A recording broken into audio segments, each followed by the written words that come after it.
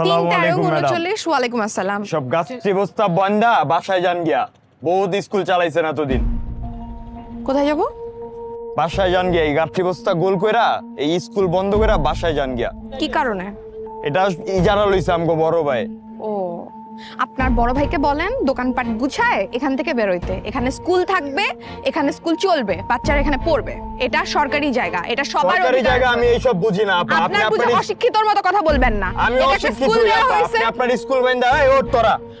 আমার বাচ্চাদের গায়ে কোনো হাত তুলবেন না। আপা আপনি চাপেন। বলেন আমার কথা বলেন, বলছি না? আপা আপনারা চাপতে না, বলছি। এই সরেন, সরো। সরেন, এই একদম গায়ে হাত দিবেন না। ম্যাডাম আসসালামু আলাইকুম।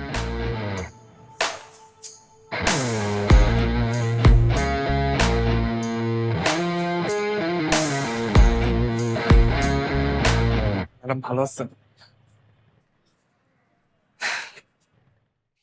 কেমনে আর ভালো থাকবেন? আমি তো আপনাকে সাহায্য করতে গিয়ে আপনাকে সবসময় ঝামেলায় ফালাইছি।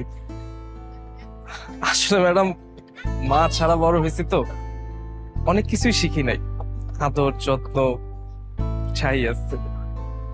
আর আমার আব্বা একা আর কি করবে বলেন? আমার মতো একটা লাফাঙ্গা ছেলে, সে সারাদিন ঘুরে বেড়ায়, মারামারি করে, গ্যাঞ্জাম করে, সেই ছেলেটা সে কিভাবে মানুষ করবে? ওই দিন ম্যাডাম আপনি আমাকে বলছিলেন না যে আমার চেহারাটা যেন আপনাকে আর না দেখে? এই জন্য ম্যাডাম আজকে শেষবারের মতো আসছে আমার চেহারাটা দেখে। আমি চিন্তা করছি ম্যাডাম, আমি বিদেশ চলে যাব। আমার চাচা সৌদি থাকে, ওখানে গিয়ে ওনার গাড়ি চালাবো। আর আপনি তো জানেন আমি ম্যাট্রিক পাস, ভালো চাকরি আমি তো ঢাকায় এমনিও পাবো না। আসলে ম্যাডাম, আপনাকে প্রথম যেদিন দেখছি বাচ্চাদের পড়াইতে, ওই দিনে আমার আপনাকে অনেক ভালো লাগছে। ভালো লাগছে বলতে এখনকার দিনে এরকম মহৎ কাজ কে করে? তাই ওই জায়গা থেকেই আমি আসলে চেষ্টা করছিলাম যে আপনাকে যতভাবে সাহায্য করতে পারি, সহযোগিতা করতে পারি।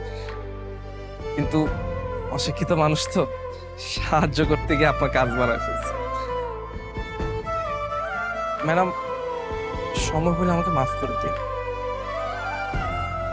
আমি জানি আমি যা করছি ওইটা মাফের যোগ্য না, কিন্তু আপনি যদি মাফ করে দেন তাহলে হয়তো আমি একটু শান্তি পাবো।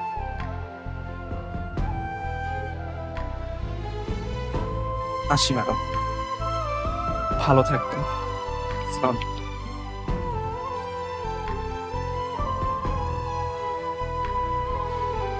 কিন্তু আপনি চলে গেলে ওদের পড়াবে কে?